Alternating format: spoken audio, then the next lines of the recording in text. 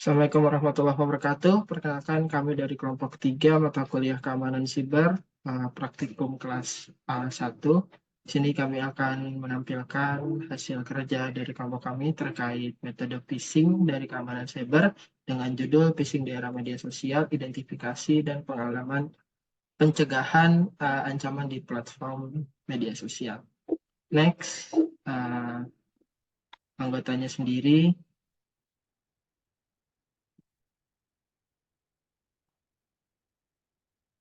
Anggotanya sendiri ada saya sendiri yaitu Lutfi Febrika Ardi dan ada Angga Ebenezer dan Iklim Istiqomah. Selanjutnya mungkin dari rekan saya dilanjut.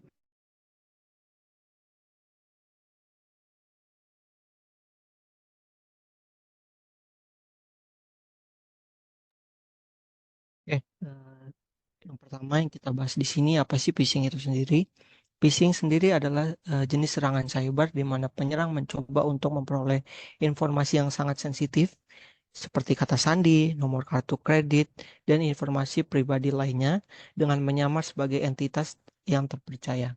Nah, tujuan utama dari serangan phishing ini adalah untuk menipu korban agar mengungkapkan informasi pribadi mereka atau mengarahkan mereka ke situs web palsu yang mirip dengan situs web resmi seperti itu. Oke, next. Nah, selanjutnya itu ada jenis-jenis phishing. Apa aja sih jenis-jenisnya? Yang pertama itu ada email phishing. Nah, yang email phishing ini penyerang mengirim email palsu yang meniru institusi resmi atau perusahaan yang dikenal untuk meminta informasi pribadi atau sensitif dari korban. Misalnya, contoh dari IPB mengirim email, tapi eh, penyerang ini mengirimkan email yang hampir sama persis dari IPB, tapi dia mengirimkan link-link untuk menyimpan dari sandi korban itu sendiri. Yang kedua, voice phishing.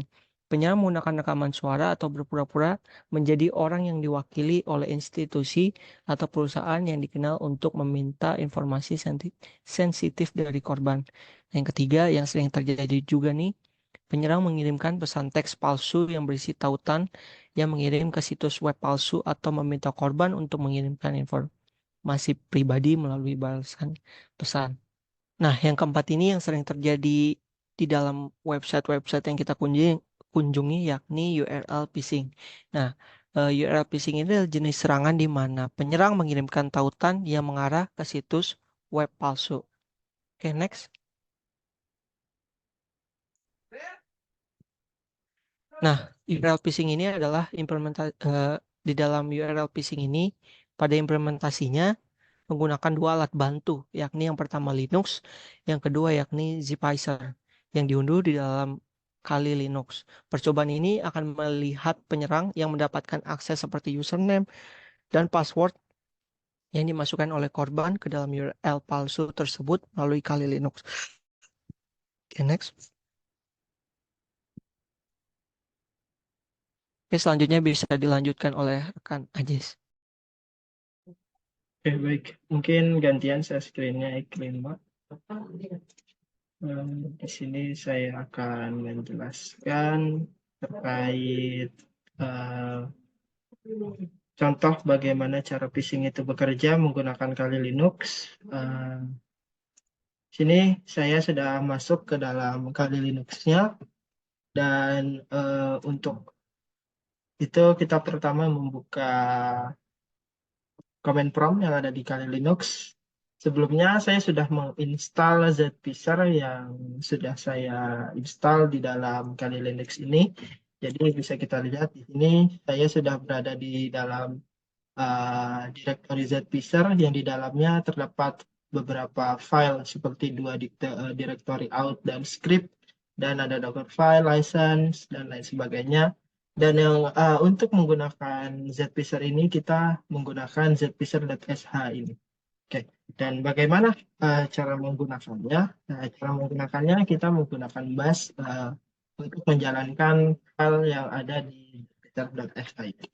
Kemudian eh, kita di sini sudah bisa menggunakan Zpizzer itu di sendiri.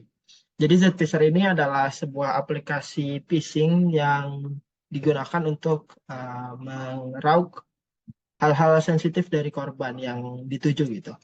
Menggunakan template-template dari berbagai sosial media yang biasa kita gunakan seperti Facebook, Instagram, Google, dan lain sebagainya sampai GitHub ini. Jadi mungkin disclaimer untuk video ini tidak untuk ditiru untuk sebagai kejahatan, namun di sini untuk mengedukasi kita beberapa bahayanya jika terkena phishing tersebut. Oke. Di sini saya akan mencontohkan untuk menggunakan laman Facebook sebagai template yang akan digunakan sebagai bahan phishing-nya. Kemudian kita pilih satu di sini dan ini kita menggunakan tradisional saja login page-nya. Dan untuk percobaan kali ini kita menggunakan localhost saja. Kita mencoba di Kali Linux supaya tidak terkena macam-macam. Untuk portnya kita port di 8080 dan untuk bagaimana mengaktifkannya ini sudah aktif untuk link phishing-nya. Jadi kita bisa masuk di sini menggunakan HTTP 127.0.0.1 dengan port 80.80. Kita masuk, uh, sini kita masuk. Nah, karena tadi kita menggunakan template Facebook, jadi di link yang kita pakai di sini, localhost port 8080 itu langsung tampil template Facebook yang sudah kita pilih. Bagaimana jika seseorang yang tidak sengaja masuk ke link phishing ini, kemudian menginputkan username dan passwordnya? Kita contohkan saja di sini, eh, coba coba ya, coba saja gmail.com. Kemudian passwordnya kita asal 123456778. Coba login menggunakan button login ini. Nah, di sini tampil sebuah pop-up yang seharusnya kita bisa login ke akun Facebook kita. Namun ternyata saat kita memasukkan ID dan password tersebut tidak masuk ke loginnya, malah disuruh mencari akun kita tersebut gitu. Dan sialnya saat kita memasukkan username dan password kita tersebut sudah masuk ke link dari si uh, penjahatnya itu. Di sini sudah termasuk itu. Kita sudah dapat akunnya. Yang pertama coba saja gmail.com ini sebagai username-nya dan passwordnya 1 sampai 8. Jadi sudah otomatis terterima gitu si passwordnya oleh si penjahatnya. Jadi itu contoh dari phishing yang menggunakan Kali Linux. Jadi bagaimana sangat berbahaya ketika sudah tahu akunnya yaitu username dan passwordnya, maka akun itu bisa saja dimiliki oleh si penjahat itu sendiri gitu. Jadi mungkin untuk simulasinya sampai situ saya kembalikan ke iklim.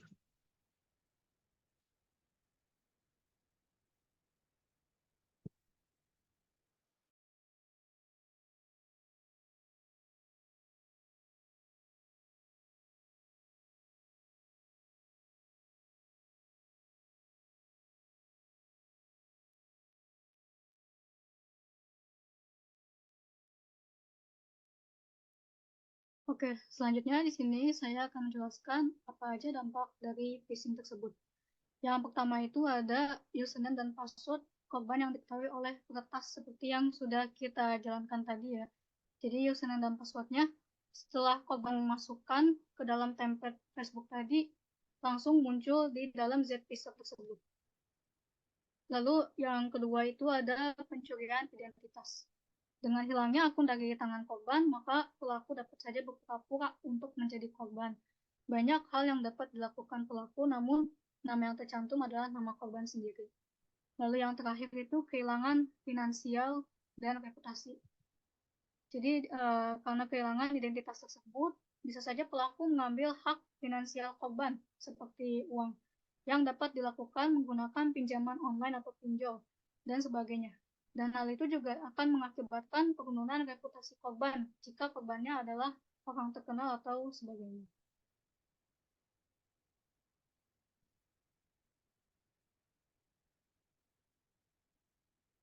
Nah, di sini adapun cara agar terhindar dari phishing.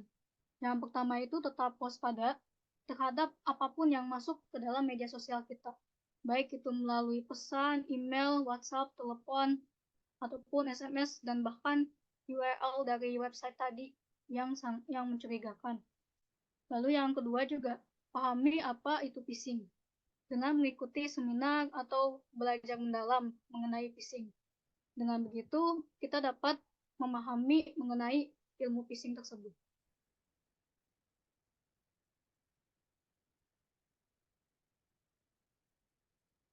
Dan kita juga dapat menggunakan keamanan tambahan untuk terhindar dari serangan phishing ini. Gunakan keamanan ini pada akun yang dimiliki. Jika suatu saat terkena phishing, maka dapat ditangani dengan keamanan tersebut. Nah, di sini pun ada contohnya itu, yang pertama itu dengan menggunakan autentikator, dengan mengaktifkan dua autentikasi faktor di akun kita. Jadi ini untuk menambah keamanan ekstra pada akun kita. Lalu yang kedua ada juga untuk menggunakan email filter. Jadi di sini gunanya untuk memfilter pesan-pesan yang mungkin mencurigakan dan bukan berasal dari sumber yang terpercaya. Lalu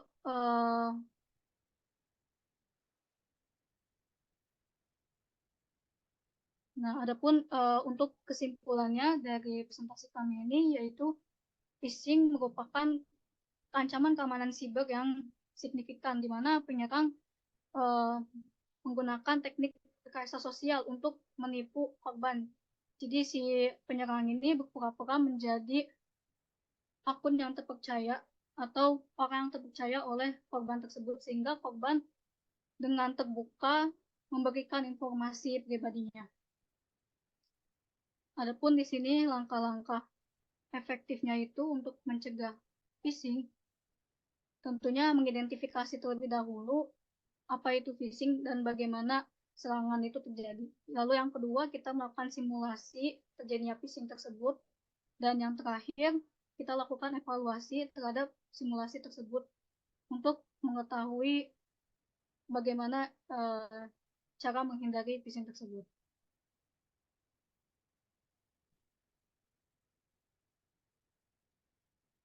Oke, cukup sekian dari kelompok kami.